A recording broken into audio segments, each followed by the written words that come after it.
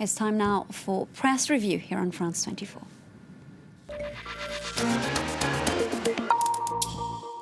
We're joined by Solange Morjan for a review of today's papers. Thank you so much for joining us. How are you this morning? I'm well. Solange, the bloody crackdown against protesters in Sudan, one of the stories that we've been consistently covering here on France 24, it's widely being discussed in the press as well today. It is. Let's start with the Sudanese press, with the Sudan Tribune.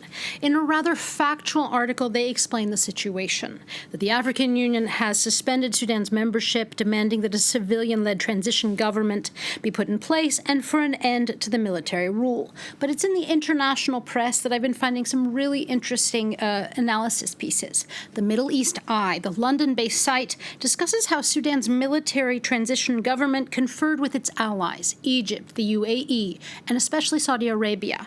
And the site says the military experts told them that the Saudi regime, quote, gave the green light to destroy the protest camp and assault and kill protesters and to destroy the movement. As for foreign policy, they blame the United States, or they said the U.S. may be to blame as well. They argue that the U.S. should not turn its back on Sudan in its, quote, greatest hour of need, that after decades of pushing for greater democracy in the country, Washington is currently superficially aligning itself with the protest movement, that if they really stood behind it, the U.S. would be putting a real diplomacy into place to ensure a transition to a civilian-led government.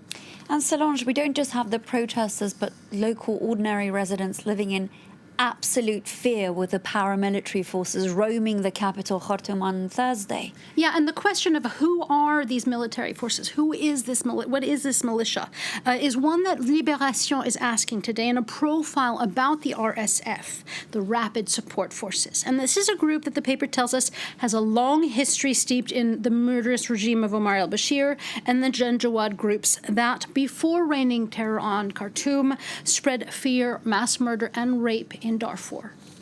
I'd like to shift the focus to something more positive now. Yes, of course, South Africa and the press over there is all aglow about their women's football team taking place in the first World Cup, which is, of course, kicking off here in the capital this Friday. Yeah, this is the first time that the South African team has played in the Women's World Cup.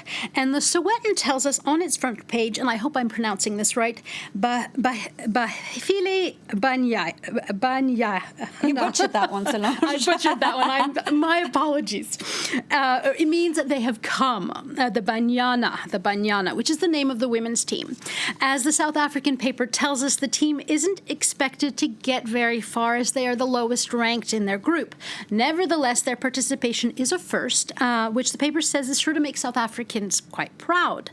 And across Africa, there is much enthusiasm for different national teams. The Telegraph tells us that supporters are full of optimism, even if on a sponsorship level and on an administrative one with different football leagues, there's been quite a bit of neglect. So the paper says that this World Cup is a reminder that when it comes to women's football, quote, Africa has a lot of catching up to do, but that a love of the game and its players is already there.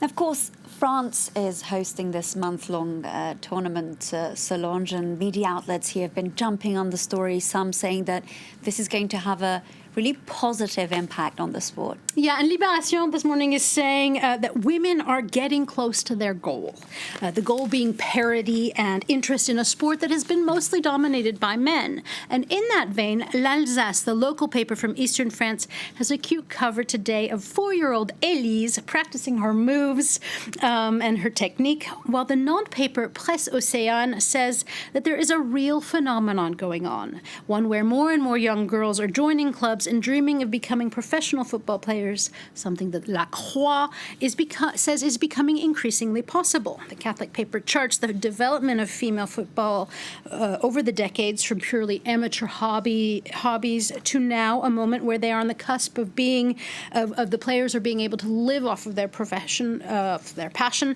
And the paper explains that female football stars are still way behind salary-wise their male counterparts, but that could begin to change with this World Cup. Solange, what I like about you is that you tend to come up with really strange stories that you find in the press. And you've been taking a look at one on Bigfoot. Yes. Yes, Sasquatch, Bigfoot, Yeti, however you want to call it. For decades, people in the woods say they've seen Bigfoot, a glimpse of an upright, hairy sort of figure. And the Washington Post tells us that the legend of Bigfoot was so fascinating to a man named Peter Byrne that he actually became an expert on it. And after one such sighting, he sent a clump of hairs that he believed belonged to Bigfoot to the FBI, asking them to test it. This was in the 1970s. And he never heard back from them. But the FBI has now released their findings. And at the time, they tested the hairs. And, spoiler alert, they belong to a deer. Okay, so fake news there. Solange Mougin, thank you so much for that update, and thank you for watching. If you want to catch up with Solange's story, you can always go to our website. That's www.france24.com. Well, that's it from me and the team this Friday. Do stay tuned for more news coming up with my colleague Tom Burgess-Watson. Thank you so much for watching. Have a great weekend.